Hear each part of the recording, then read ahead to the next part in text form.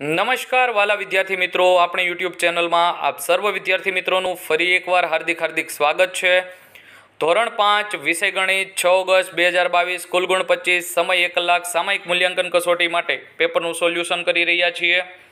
પ્રશ્ન નંબર 1 અ નીચે આપેલા દરેક પ્રશ્નના જવાબ માટે સાચો વિકલ્પ પસંદ કરીને લખવાનો છે। અહીંયા 3 ગુણનો ટોટલ પ્રશ્ન છે, દરેકનો 1 ગુણ રહેશે।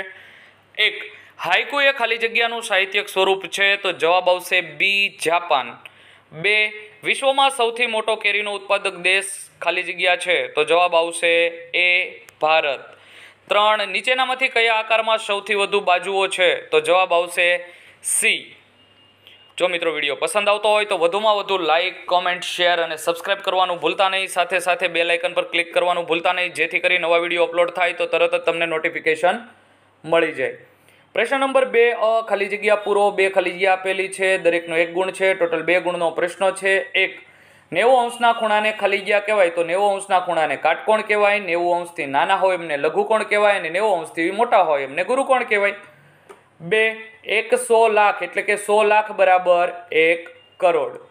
બ નીચે આપેલા વિધાન ખરા છે કે ખોટા તે લખો, દરેકનો 1 ગુણ રહેશે, ટોટલ 3 ગુણનો આ પ્રશ્ન છે। 1 સમાન બાજુઓવાળા આકારો અલગ અલગ હોઈ શકે છે, તો વિધાન ખરું છે। 2 1 કરોડમાં કુલ 6 શૂન્ય આવે, તો વિધાન ખોટું છે। શું પરીક્ષા આવવાથી તમે ડરી રહ્યા છો? તો ડરવાનું બંધ કરો અને જોડાઈ જાઓ અમારી સાથે કાઉન્ટડાઉન એજ્યુકેશનમાં, જ્યાં તમને મળે છે દરેક પરીક્ષાલક્ષી વિડીયો અને પીડીએફ, એ પણ તદ્દન ફ્રી।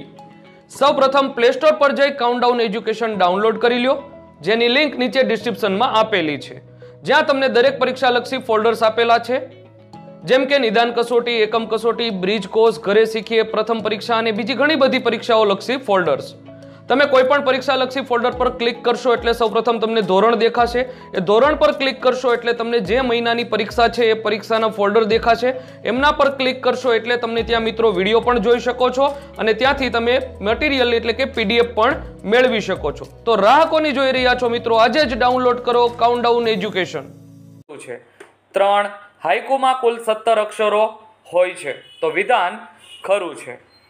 પ્રશ્ન નંબર 3 અ માગ્યા મુજબ જવાબ આપો, 4 ગુણનો પ્રશ્ન છે। એક બોક્સમાં 20 નંગ કેરી હોય એવા 25 બોક્સ લાવવામાં આવે છે। વર્ગના બાળકો તેને ખોલીને કેરીનો એક ઢગલો કરે તો કુલ કેટલી કેરીનો ઢગલો થાય? તેમાંથી 5 કેરીની એક એવી કેટલી ઢગલી થાય? ચાલો, એક બોક્સમાં કેટલા નંગ કેરી છે, તો કે 20 નંગ કેરી છે, તો 25 બોક્સમાં સમાતી કેરી બરાબર 25 ગુણ્યા 20, 25 દુ 50 ને મીંડું એટલે કે 500 નંગ, તો 500 કેરીનો ઢગલો થાય। બાળકો 5 કેરીની એક ઢગલી કરે છે, તો 500 નંગ કેરીમાંથી થતી ઢગલી બરાબર 500 ભાગ્યા 5, 5 એકા 5 અને 2 મીંડા એટલે કે 100 ઢગલી, તો જવાબ આવશે 5 કેરીની એક એવી 100 ઢગલીઓ થાય। ત્યાર પછી બીજો પ્રશ્ન આપેલો છે, મહિલા આમ્ર બેંકમાં કુલ 30 સભ્યો છે, પ્રત્યેક સભ્ય ₹50 દર માસે બેંકમાં જમા કરાવે છે, તો જૂથમાં દર માસને અંતે કેટલા રૂપિયા એકઠા થાય? વર્ષને અંતે જૂથ પાસે કેટલા રૂપિયા એકઠા થશે? તો આમ્ર બેંકના કુલ સભ્યો કેટલા? તો કે 30। દરેક સભ્ય દર માસે જમા કરાવેલા રૂપિયા કેટલા? તો કે 50। તો એક મહિનાના અંતે એકઠા થયેલા પૈસા કેટલા? તો કે 30 ગુણ્યા 50, 3 પંચા 15 ને 2 મીંડા એટલે કે 1500 રૂપિયા। તો 12 મહિનાના અંતે કેટલા પૈસા ભેગા થશે? તો કે એક મહિનામાં 1500, તો 12 મહિનામાં કેટલા? 1500 ગુણ્યા 12, 15 12નો ગુણાકાર 180 ને 2 મીંડા એટલે કે 18,000 રૂપિયા જમા થશે। પ્રશ્ન નંબર 4 સૂચના મુજબ જવાબ આપવાના છે। 1 આપેલ નામ પર દર્શાવેલા ખૂણાઓ જણાવો।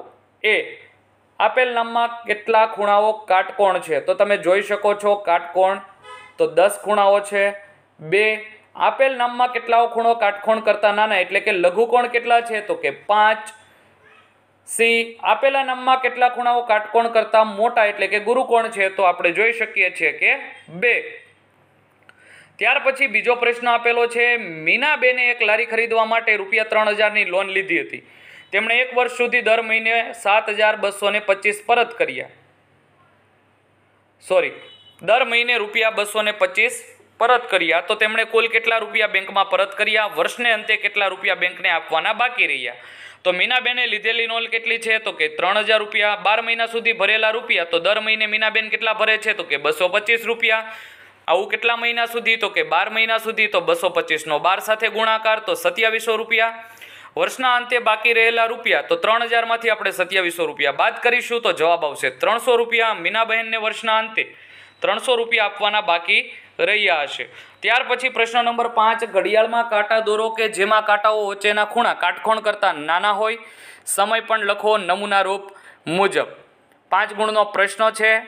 તમને ક્લિયર કીધેલું છે કે કાટકોણ કરતાં નાના તો નાનો કાંટો 12 અને મોટો કાંટો 2 હોય તો 12 ને 10, નાનો કાંટો 3 મોટો કાંટો 4 તો 3 ને 20. નાનો કાંટો છે એ 5 અને 6 ની વચ્ચે અને મોટો કાંટો છે 7 અને 8 ની વચ્ચે હોય તો 5 ને 37.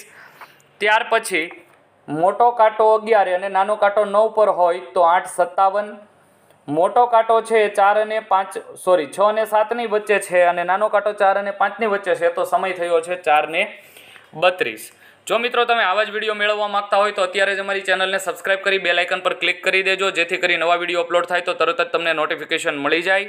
નવા વિડીયો માટે થોડી વેઇટ કરો, ત્યાં સુધી લાઇક કરો, કોમેન્ટ કરો, શેર કરો, સબસ્ક્રાઇબ કરો. Thank you.